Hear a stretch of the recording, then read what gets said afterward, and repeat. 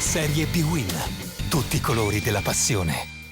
Anticipo della 16ª giornata della Serie B-Win. Allo stadio Romeo Menti si affrontano Vicenza e Padova per un derby importantissimo, 49esima volta che le due formazioni si incontrano. Il Padova non vince a Vicenza da 52 anni, era la stagione 57-58, doppietta di Brighenti in Serie A. È tutto pronto per il fischio d'inizio e il Vicenza, reduce da 4 sconfitte consecutive, prova a farsi vedere subito in avvio di partita con Salifu, il giovane 18enne schierato da Maran sin dall'inizio, il suo destro, la parata di Agliardi. Vicenza che termina qui però le occasioni da gol, perché poi dopo la mezz'ora sale in cattedra il Padova, ci prova in questa occasione Cuffa, il suo diagonale di destro è salvato sulla linea di porta da Tonucci, preoccupato Maran. E al 33esimo altra occasione da gol per il Padova sull'asse italiano Succi, il destro dell'attaccante capocannoniere con 14 gol, finisce però a lato.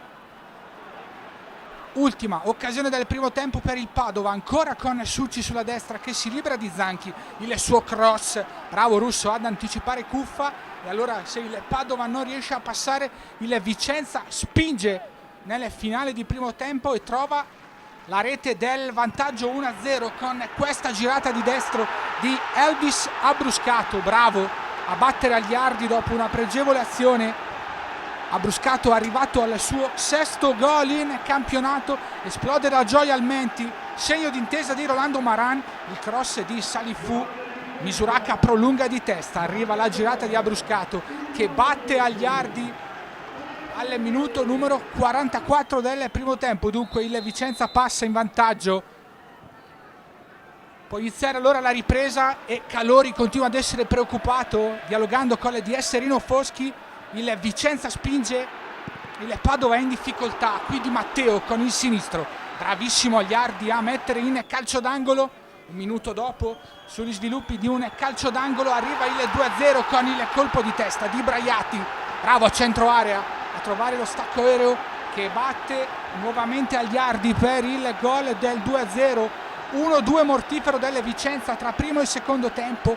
Padova tramortito con il primo gol in campionato di Braiati. Padova che prova a rispondere prima con questo colpo di testa di Cuffa che termina lato alla destra della porta difesa da Russo.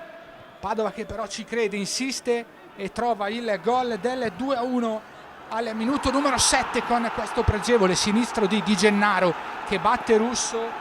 Sinistro dalla distanza, quinto gol in campionato del trequartista del Padova, pregevole il sinistro, pallone che va a terminare sotto la traversa, Russo battuto, il Padova ci crede allora e confeziona questa occasione da gol per il 2-2. Il destro però di Crespo termina di poco a lato dopo una combinazione che aveva coinvolto 4 giocatori. L'ultimo tentativo del Padova è con questo destro di Filippini che termina a lato.